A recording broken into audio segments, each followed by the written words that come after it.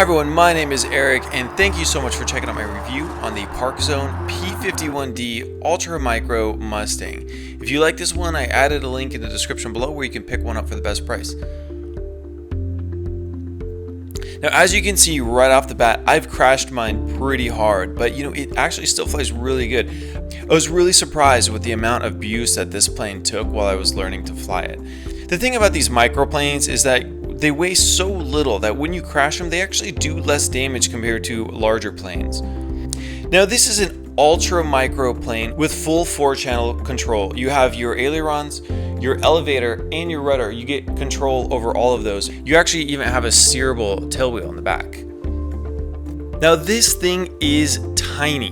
Now, to give you a comparison, I'm going to bring in, it's not going to fit in frame, but this is more of a common sized, I believe this one is a 31 inch or a 33 inch wingspan. But as you can see, the size difference is crazy. I can't even get this thing in frame, but I'll show a picture of the size difference right here. Now, this Park Zone P-51 only has an 18 inch wingspan and is 14 inches long. Here's a 12 inch ruler. I mean, you can see this thing is just really tiny. Now, all of your control surfaces are built into the plane, which really adds some amazing scale appearance. I love the way this thing looks flying in the sky. You can't see any of the servos. Now, the control surfaces are really flush too, as you can the controls that move the ailerons, they're really nice and aerodynamic. And in the rear, you can see there's just these tiny little push rods in the back.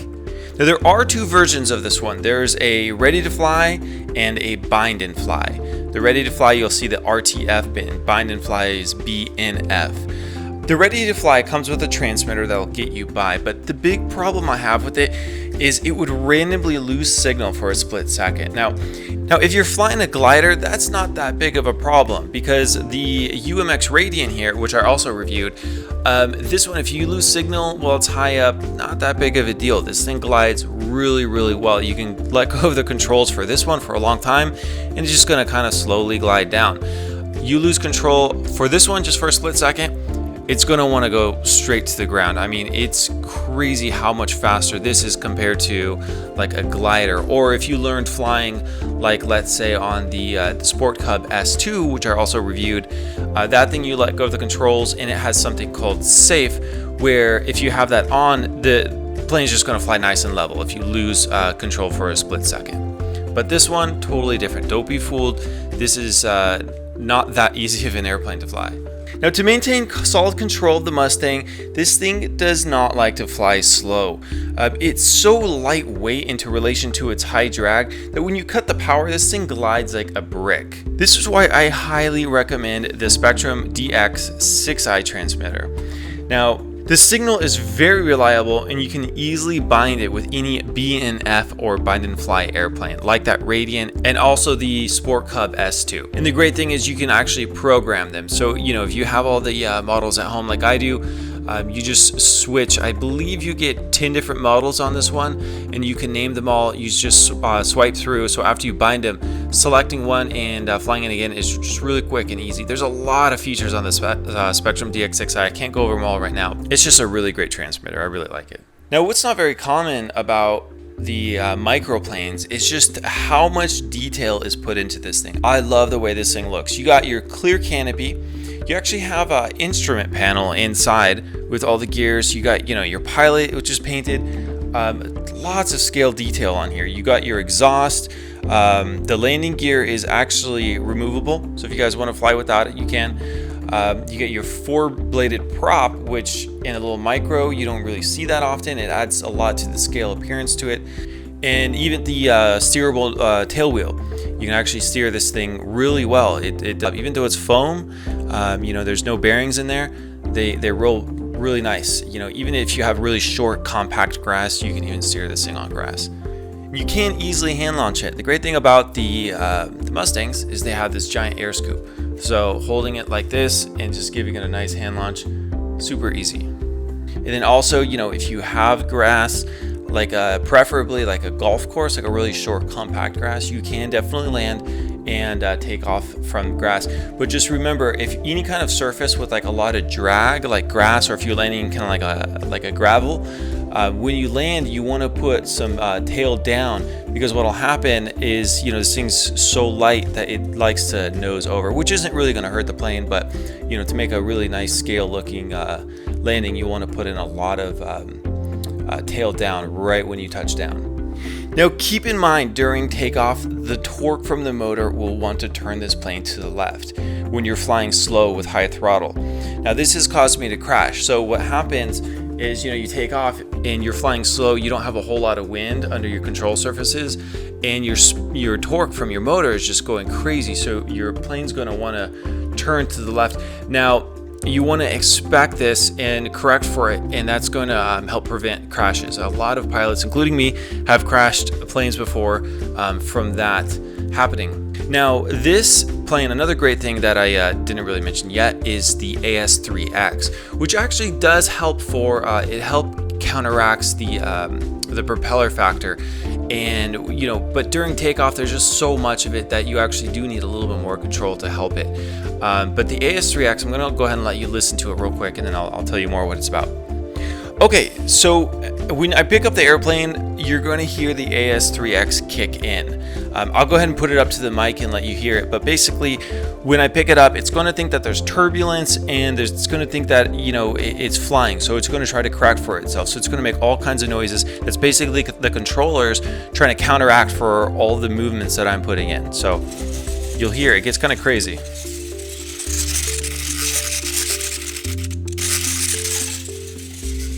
And you can barely see it. Let me see if I can get that tail rudder.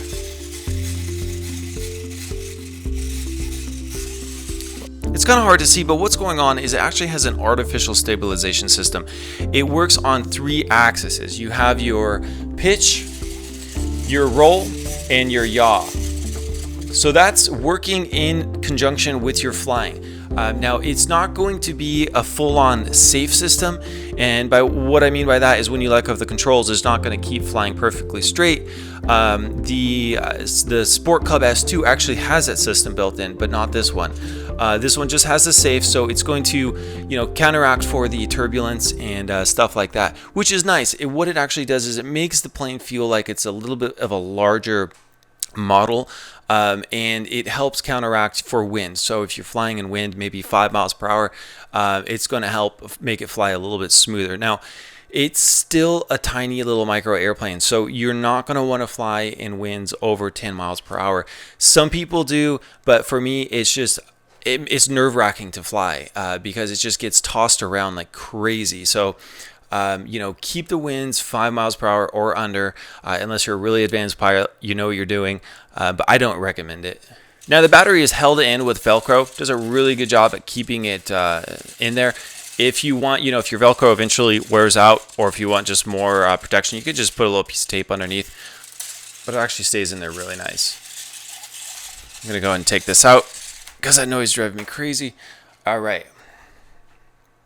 Now the under-cambered wing is very efficient. It creates a lot of good lift, but it does struggle at flying upside down. As you can see, the wing's really thin, but it'll fly upside down, but you'll need a lot of a correction to actually keep it flying upside down.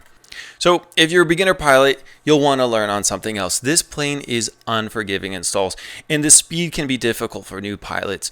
Cruising requires at least 50% power, and turning requires a boost in power to keep the altitude up, because this thing flies so fast that it's easy for one little mistake to end up in a nasty crash. Now, I'm far from a good pilot, but I do have some experience with the Piper S Cub. It's what actually I learned to fly a 4-channel plane on. If you guys want to learn to eventually work your way up to this one, I highly recommend the Piper S4 Cub, if you're moving up from like a 2-channel or a 3-channel plane. And I added some helpful links below if you guys want to see other planes that I've reviewed, if you guys want to eventually work your way up to a cool looking Mustang like this one. Now, if you have flown 4-channel planes before, you will love the responsiveness of the plane. The large control surfaces will allow for precise acrobatics in a very small area. Now, I don't live close to a large airfield, and that's why I love these micro planes. They're great for people who have limited space to fly, and maybe you have to fly next to houses where noise is an issue. You definitely don't want to fly glass or gas planes around residential, because they make so much noise. But this thing is pretty quiet. They don't take up a lot of space in your house. You can store quite a few of these things, and if you guys get these, the box that a lot of these micro planes come with are so cool, because you can just easily store them in. They'll even have extra slots for your batteries. They have the handle, so taking this thing to the park or just storing in your house will keep it in pristine condition. Now, there is an air vent underneath, which is pretty cool. It helps keep your electronics cool. But still, after flying this thing, if you guys do have multiple batteries, you'll want to let the motor cool for, I don't know, maybe 10 minutes. It depends how hot it is outside, but these little motors get extremely hot, and you'll end up melting the wiring in there if you just pop in another battery immediately and start flying again. So let the motor cool down before flying it again. So mine, the tail rudder was a little bit weak, especially after crashing. The tail rudder actually took some abuse. So what I did is I just reinforced it a little bit with tape right here. As you can see, there's a little bit of a weak point, and mine bent right here, and it was just very weak. It would just kind of flop side to side. So just a little bit of packaging tape or Scotch tape held that up really nice. And then also a little bit of glue, foam glue, right here, where the tail rudder connects to the body. There's like a little tab that sticks into the fuselage. I taped that in there, and that kept my my rudder really nice and steady. Before, it just kind of popped out, and the rudder wasn't getting full control or full movement. But other than that, some people recommend putting some tape on the wing tips, which is pretty smart, because mine got dinged up. And another thing, spare parts for these planes, super affordable. You can actually get a brand new fuselage with the canopy for only around $15. You can get the whole wing. I think that costs around $15.